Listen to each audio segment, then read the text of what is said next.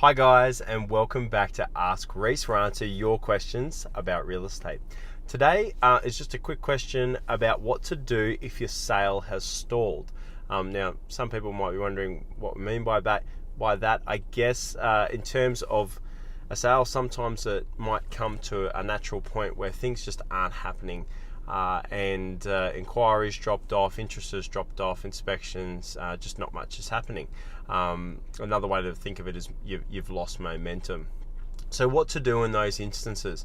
I'm going to give you three options today, and just run through a couple of different strategies or choices or options that you can do if that happens with your sale. Now, the first one is pretty obvious. It's price. And when it comes to price, it's just a case of if price seems to be a reoccurring theme. So say you're at one level and the buyer feedback offers interest that you've had is at a lower level, then look, it may just be a case of needing to adjust, meeting the market, and finding that, hey, you're able to reignite your sale. The other thing too is that some people are quite hesitant in terms of changing price or feel as though it reflects poorly on the property. I don't think that's the case at all. I think owners can overthink that to a degree, and I think at the end of the day, from a buyer's perspective, if it represents value, that's great. They'll take action, and that's the key point.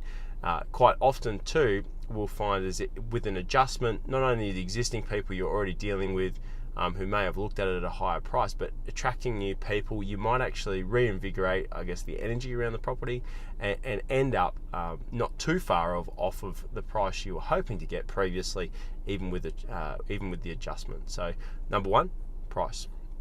The second one, number two, is definitely marketing. Have you made sure that it's all well and good to have the price to try and price your property for the current market conditions, but have you actually marketed it to are people aware of it? Have you utilized all the tools that are within your reach and that you're able to use, whether it's online, print media, is the signage of the property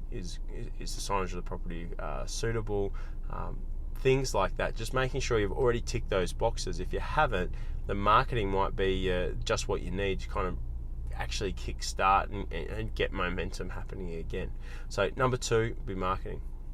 The third one is not look, honestly, it's probably your last resort. Most people are selling for a very good reason, whether that's to upgrade, downsize, move to a new location, could be financial pressures. It really depends. Lots of people have there's always people don't tend to just put their property on the market for fun.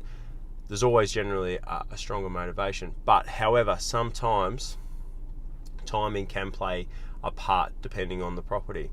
And if that's the case, then sometimes the best option, one, if the market price for what you're chasing at the moment really is just not something that not a price that you can work with, so maybe the price options not going to work for you.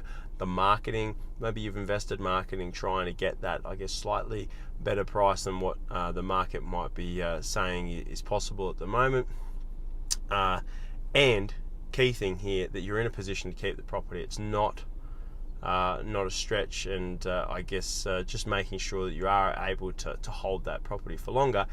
The third option is definitely to withdraw it from sale and try again in a new market. Now, whether that's 6 months, 12 months, 18 months or longer, if you're in a position to do that, then that is definitely an option that you should consider.